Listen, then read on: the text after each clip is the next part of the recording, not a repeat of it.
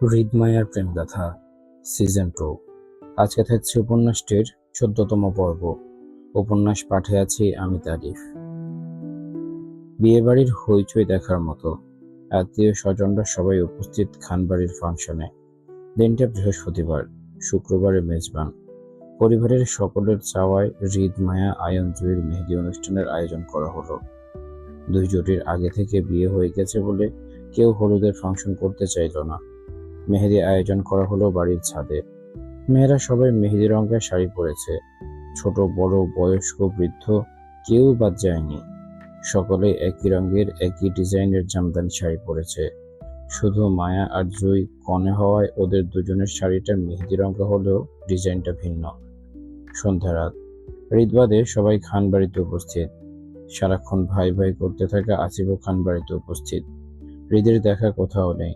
আসিফ বাদে হৃদ একা বাইরে, সেটা কল্পনা করা মুশকিল, অথচ সেটি হলো।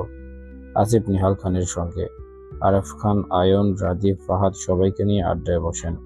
কত কি কথা বলতে ব্যস্ত আরাফ খান। সন্ধ্যায় পিউরি লাইটের আলোয় ঝলমল করছে খানবাড়ির আঙ্গিনা। মেয়েরা সবাই সাজুগুজুতে ব্যস্ত। সুফিয়া খান বাকি সবার মতো করে মেহেদি রঙা জামদানি শাড়ি পরেছেন। দুহাতে দুটো সোনার বালা, গলায় সিম্পল সোনার নেকলেস, চুলগুলো খোপা করা। সব সময়ের মতো আজ সুফিয়া খানের খোপা খালি নেই। আজ খোপায় তাজা ফুল গুজে দিয়েছে মায়া। তীক্ষ্ণ দৃষ্টি আর পরিপাটি সুফিয়া খানকে দারুণ দেখাচ্ছে। সার্ভেন্ট দিয়ে বাড়ির মেহমানদের তদারকির দায়িত্বটা সুফিয়া খান করছেন। এর ফাঁকে সুফিয়া খানের পেছনে এসে দাঁড়ালো শুভা। বেশ জড়সড় আর ভয় নিয়ে ডাকলো সুফিয়া খানকে। আন্টি। কাজে ব্যস্ত থাকা সুফিয়া খান পেছনে ঘুরে শুভার দিকে তাকিয়ে শুভার জড়সড় হাবভাব বুঝে তীক্ষ্ণ গলায় বললেন, কোনো সমস্যা? জি আন্টি। কি হয়েছে? শুভা ইতস্তত বোধ করল। খানিকটা ভয় নিয়ে বলল, আন্টি, আমি বিয়ে করতে চাই না। সুফিয়া খানের জায়গায় অন্য কেউ থাকলে হয়তো একটু বিচলিত হতো শুভার কথায়, কিংবা শুভাকে নিয়ে খারাপ মনোভাব দেখাতো।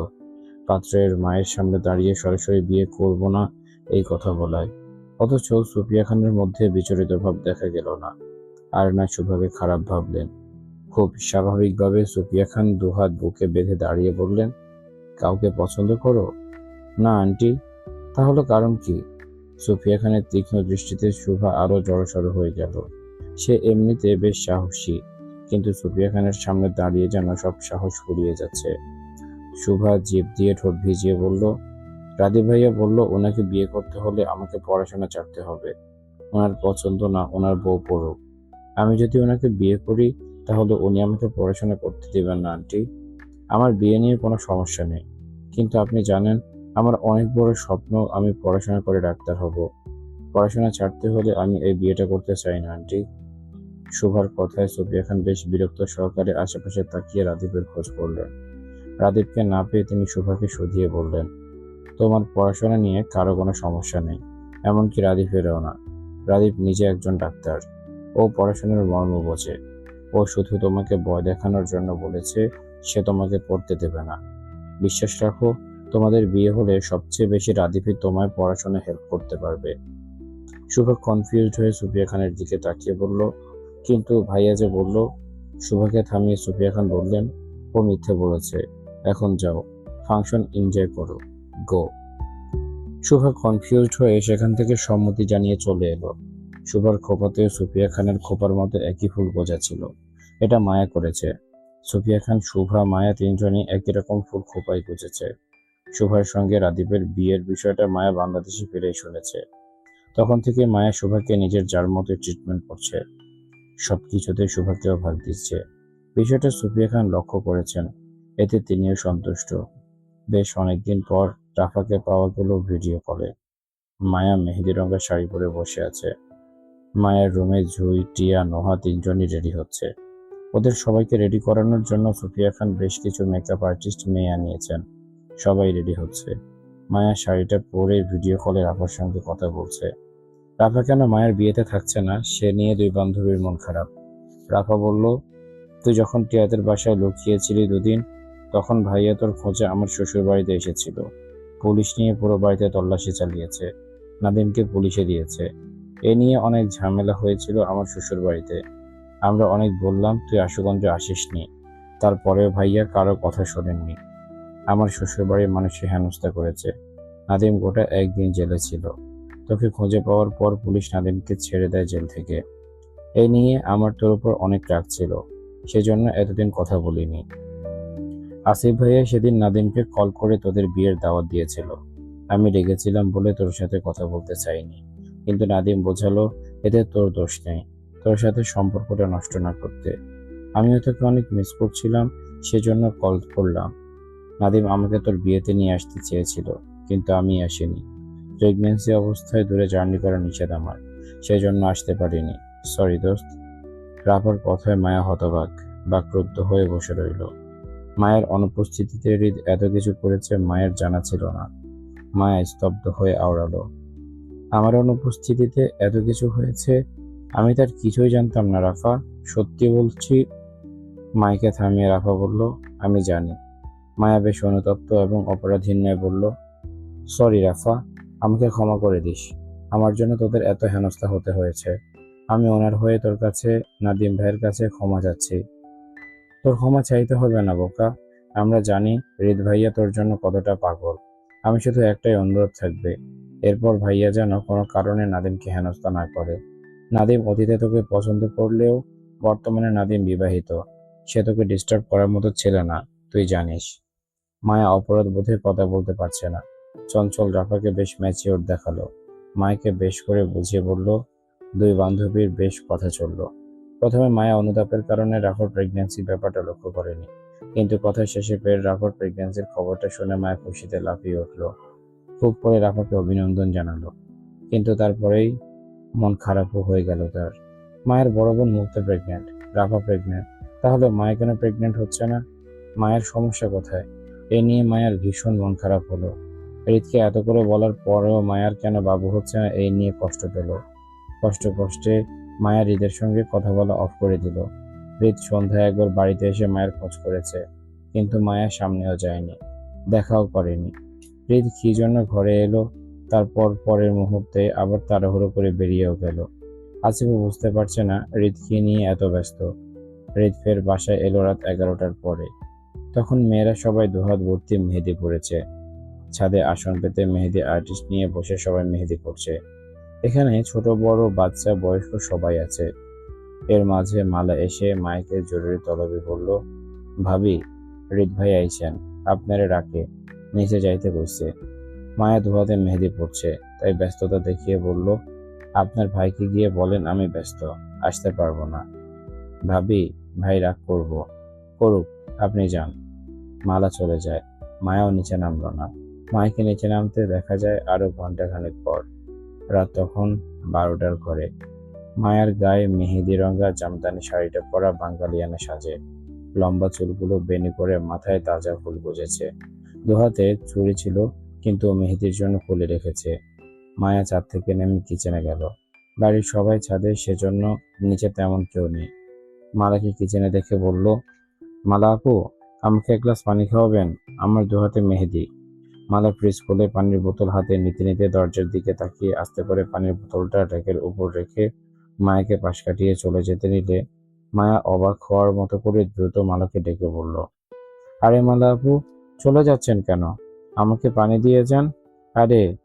মায়া পিছনে ঘুরতে হৃদকে দরজার সামনে দাঁড়িয়ে থাকতে দেখে বুঝতে পারলো মালা কেন হঠাৎ করে চলে গিয়েছে মায়াকে পানি না দিয়েই। মায়া হৃদকে দেখে অদেখা করে নিজে পানি নিতে চাইলো, কিন্তু দুহাত ভর্তি কোনোই অব্দি মেহেদি থাকায় পানি ঢালতে পারছে না। তাই পানি না খেয়ে মায়া চুপচাপ হৃদকে পাশ কাটিয়ে চলে যেতে নিলে হৃদ মায়ের লম্বা চুলের বেনি টেনে আটকায়। মায়া আর্তনাদ করে বলল, আরে কি করছেন? চুল ছাড়ুন, উফ।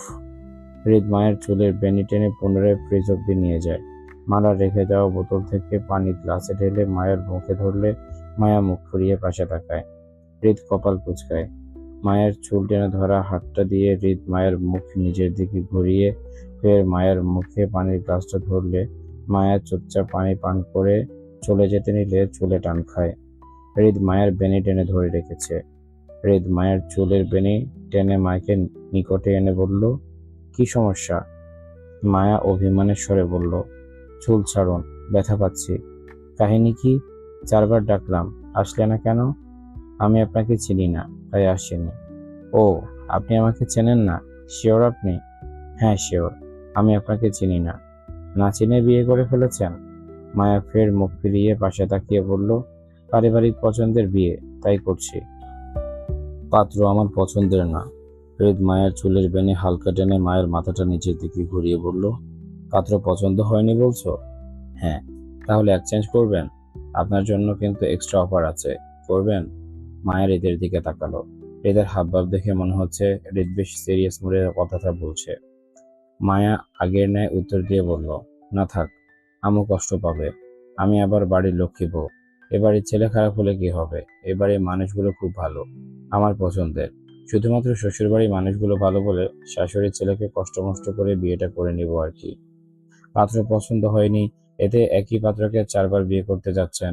পাত্র পছন্দ হলে কয়বার করতেন? রোজ একবার। মায়া মাথা নাড়ায়, সম্মতি দেয়। মায়ের সম্মতিতে হৃদ কপালের একপাশ হালকা চুলকে মায়ের দিকে তাকায়।